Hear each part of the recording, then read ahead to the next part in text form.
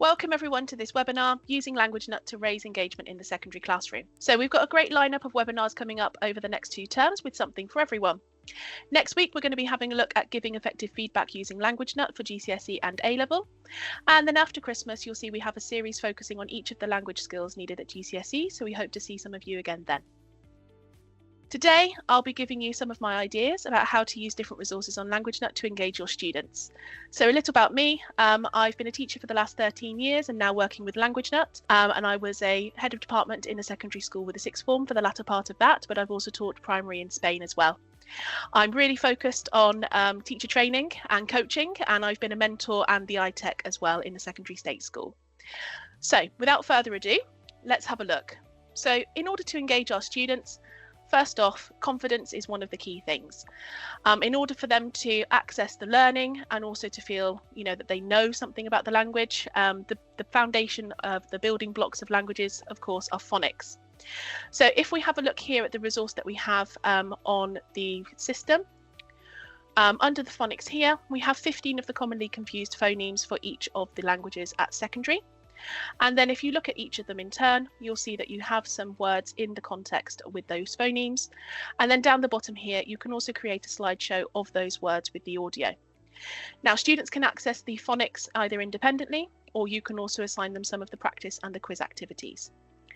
And if you've looked at this before, you'll know that they're very gamified. So it's almost like playing a games console, starting with Penguin, which I would say is the most scaffolded, moving up to Catapult, Imposter, and then the bottom two, which is slightly more challenging. So Guacamole is also timed, slightly faster paced. So I would say work from the beginning and then move on to those bottom two. Concert also has a production element to it. So again, if they're not very confident with those phonemes, I would say start at the beginning and then move towards the productive skill at the end. So thinking then about building up those phonics, of course, thinking about the new GCSE, that's going to be really pertinent for the dictation, the read aloud, any unfamiliar words that they come across from the new vocabulary, and teaching them essentially all of the phonics for the new GCSE specification. From phonics, we then move on to our speaking. Of course, they go hand in hand. So if we have a look at some of the exam skills here, you'll see once you've chosen your exam board and then your topic that we have 3 different activities. So if we have a look at the photo description first, here we are under the topic of sport. Students might come across some photos similar to this, and you'll see at the bottom that they have 4 minutes of preparation time. This gives them then the scaffolding and the time to be able to put together an answer. So thinking about what they would have to do with the invigilator before they start their exam, of course, they do have a few minutes to be able to make some notes. Then once they're happy, they can start recording now by clicking on Start Now. And because these are teacher assigned, it means that students can do these in the comfort of their own home. So particularly for my shy speakers, all of the speaking activities were really good for them because they didn't like coming up to the front of the class during assessments, for example. Some of them didn't even like working with a partner, even if it was a partner that they liked. So if we move on to the next one, we also have the conversation. So here there is a recorded audio of the conversation question. And then students can also use the snail feature at the top there to slow down the audio. Again, giving them the scaffolding that they need. They have 1 minute here to prepare their answer. And again, when they're ready, they can start recording their answer. And then finally, we have the read aloud, of course, the new task for the GCSE. And then here we have some sentences that they might come across. So thinking about those phonics that we looked at before, they now play into how they need to read these sentences out loud. Now, of course, for Spanish here, something like the letter J, is going to be something that students try to get right, but also need a lot of practice with because, of course, it's something that is new to them. So building on from the phonics, they will then have a little bit more confidence with writing, and speaking these new sentences for the read aloud. So for all of these activities, they do have the preparation time, and you'll see here for the read aloud, they have 5 minutes. As they have with the invigilator for the new GCSE. Of course, they're not allowed to read it out to start with in their preparation time, but it does give them an idea where they could be reading it in their head, essentially. Then moving on, listening, a skill that most of our students probably don't like, even though it's a receptive skill, which they tend to find easier. So again, I'm in the exam skills here, and I've chosen my exam board and then my topic. And then we've got 4 different activities for the listening. So thinking about our listening, we've got lots of different ways we can scaffold. So here in the dictation, for example, students can slow down the audio again. We do also have in the listening activities this extra little button here, which then gives you the transcript. So thinking about visuals, you could then give those transcripts to your students. You could give them the transcript before you start. You can also slow down the audio. There's also the markers for the different speakers in the other activities for the who said what. And just in general for scaffolding, giving them the transcript can also help them to access the learning, of course. You can then exploit the vocabulary even more in class, and you could even do it maybe as a translation as well. So there's lots of different activities that you could take from just this one listening activity by adapting the transcript itself. So if we have a look at the sentences and chunks, here we've gone into the sentence chunks, and then we have 4 different activities, again slightly more gamified. So forklift and forklift listening, again if we're thinking about the listening skill, here they've got the translation at the top in English, and then for each part of the sentence they have got the little play button. So as they're listening, they can then click on the arrow and then drop it into the part of the sentence that they think matches the translation.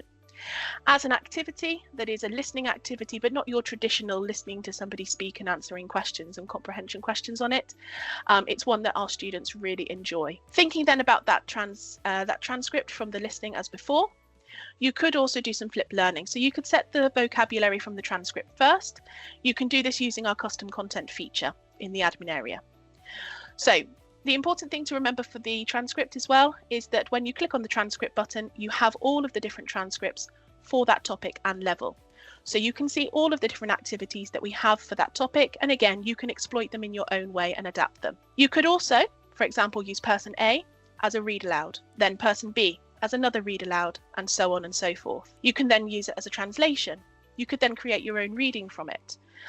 This might be something that if you do have an FLA, that you could give them this activity and they can create some resources for you. And then of course for the read aloud, you could then get them to go off into little rooms, and of course they're in a better position to be able to correct the pronunciation for that. So if we think about adding our own custom content, up here in the admin area under my content, you can see that we can add in our own, or we also have the content library that has all of the vocabulary sets for that topic from teachers that are subscribing to Languagenut in pink, or also the ones in blue that we have across the site. So if we're creating our new vocabulary, just give it a title and a description. You can also click on require images here and you will have some auto-populated images. If you do click on here, there is also the option to upload your own file for each of the vocabulary items that you choose. And then here at the bottom, copy and paste your data here from Word, Excel or Google Docs. So you're going to get this little screen here, and you can just bulk copy and paste it in. Click on import, and then the only thing that we say to be able to be integrated with our activities is that we need 8 vocabulary pairs or more. There's always more than 8 words to be learning. Also, if we're thinking about building confidence, we can also use our mock exams as a way of creating confidence in our students. For example, using the reading exam as a warmer, and then using the listening after. So if we think about creating a test, make sure that you select your product and your language at the top there, especially if you've got more than one language in your department, in your subscription. And then here, this test feature will create the activities as if it's the quiz. So an assignment is what we would want students to be using if we want them to keep improving their score.